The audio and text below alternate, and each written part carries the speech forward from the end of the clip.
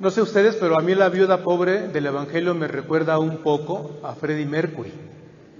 Solo un poco. Está de moda Freddie Mercury, ni modo, no vamos a decir que no.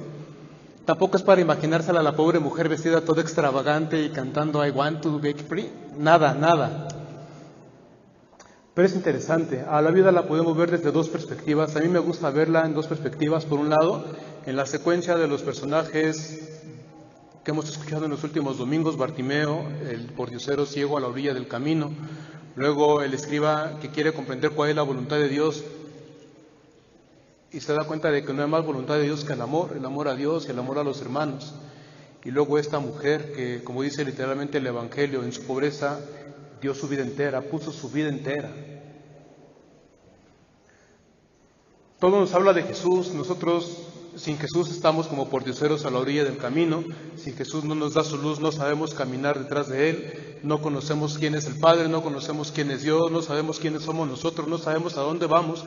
Sin Jesús no somos nada.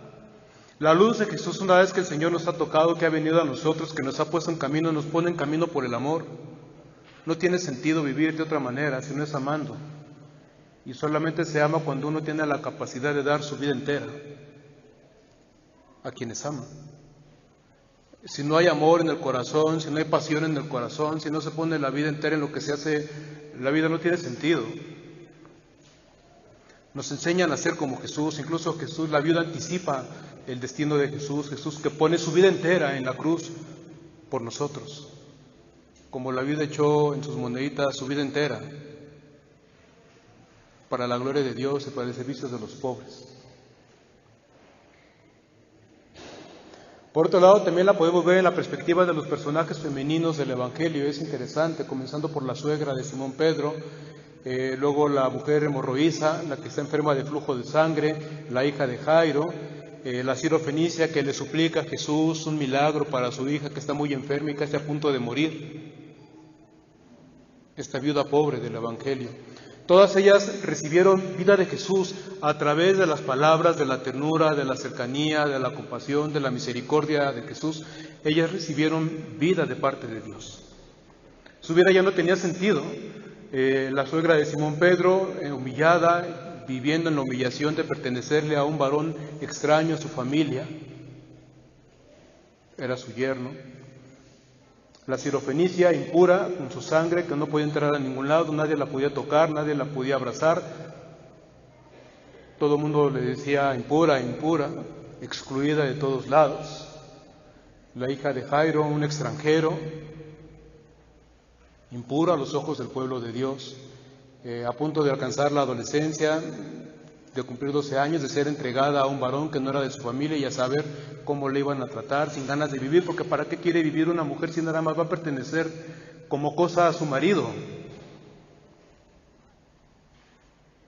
Esta mujer del Evangelio, viuda, pobre, en su viudez, en su pobreza, es como la imagen más elocuente del resultado de la sociedad machista y patriarcal de aquella época. Una mujer sola, indefensa, vulnerable, expuesta a los saqueos de todo el mundo, hasta de la gente hipócrita del templo que le expoliaba a las viudas. Como dice el Evangelio, sin embargo, desde su lugar marginal, desde su vida contracorriente, nos enseñan a vivir conforme a la voluntad de Dios. Nos enseñan a ser como esas mujeres, a darnos cuenta de que si no fuera por Jesús, si no fuera por la vida nueva que Dios nos regala a través de Jesús, nuestra vida no tendría sentido. De alguna manera nos sirve ser contraculturales, ir a contracorriente de la sociedad en este mundo también neoliberal, en esa sociedad que nos enseña a ser egoístas, petulantes, ambiciosos, altaneros, soberbios. Bueno, y ahora en la sociedad secularizada en el mundo de hoy, creer en Dios es ir también a contracorriente. ¿De cuántos de nosotros no se burlaron cuando decíamos que creíamos en Dios, o que íbamos a entrar al seminario, o que venimos a misa? Creer en Dios ya es ir a contracorriente del mundo contemporáneo. Por eso es maravilloso lo que podemos aprender desde la perspectiva de esta mujer sola, pobre, sencilla. Por eso me recuerda a Freddie Mercury, un poco. Piénsenlo, el tipo homosexual en una cultura homofóbica, moreno, dientón, mi compañero,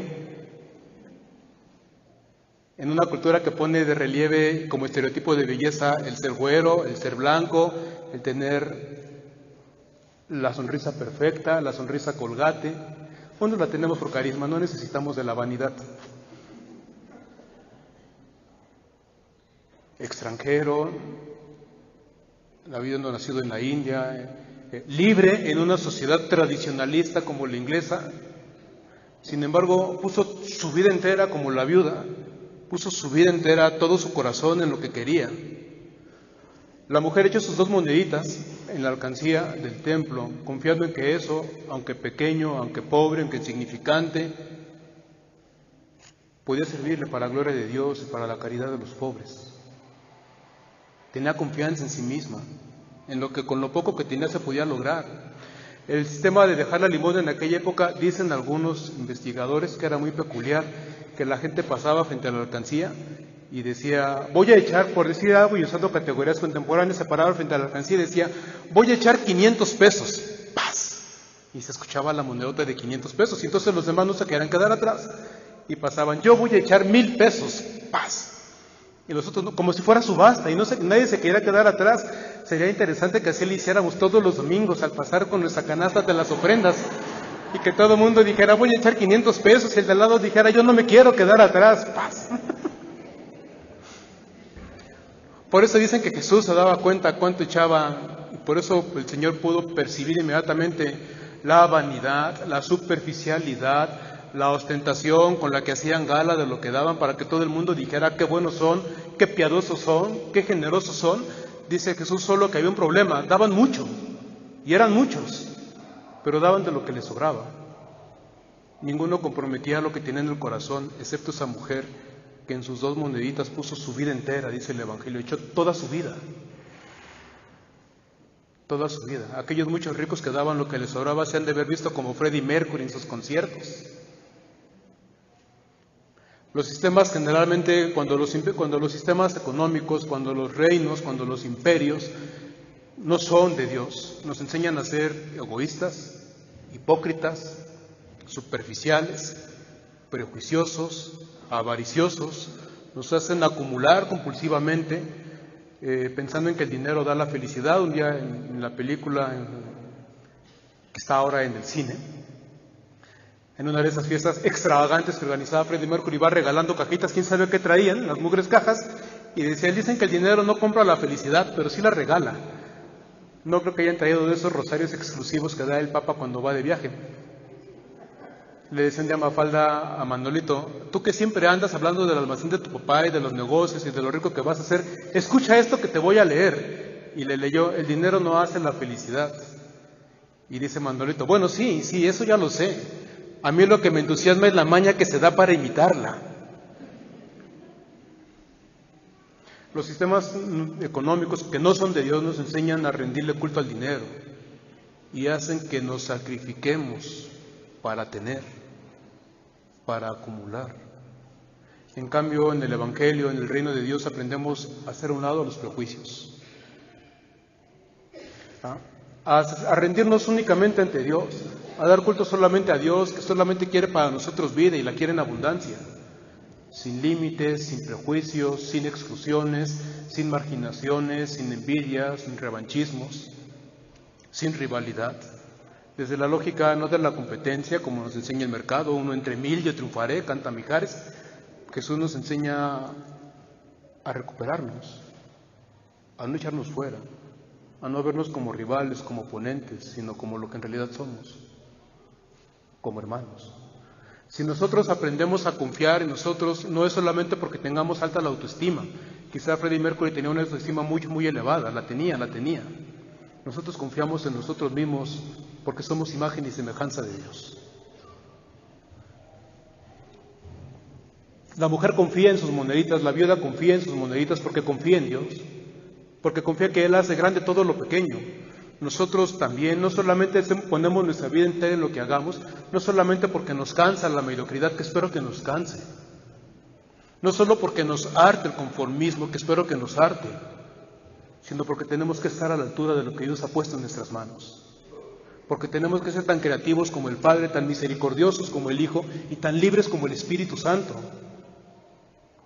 Confiar en nosotros mismos significa que confiamos en Dios y poner nuestra vida entera como Jesús la puso en la cruz, por amor al Padre, a nosotros mismos, para tener vida, para dar vida. De otra manera no se entiende. El culto no sirve aquí para venir a ofrecerle sacrificios a Dios. Sirve para venir a darle gracias a Dios por todo lo que Él confía en nosotros. Sirve para ponernos en sus manos, para decirle que no queremos estar en otro lugar que no sea en sus manos y que no vamos a ser ni miedosos, ni cobardes, ni excluyentes, ni prejuiciosos, ni elitistas, ni sobre todo que no queremos ser hipócritas, ni superficiales. A los ojos de Dios vale más la generosidad del corazón que la hipocresía de lo superficial.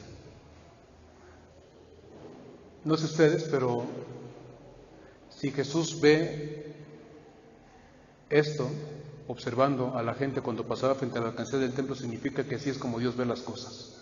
Significa que Dios no se apantalla por lo mucho que demos para presumir, sino se conmueve por lo generosos que somos para dar nuestra vida entera en todo aquello que hacemos.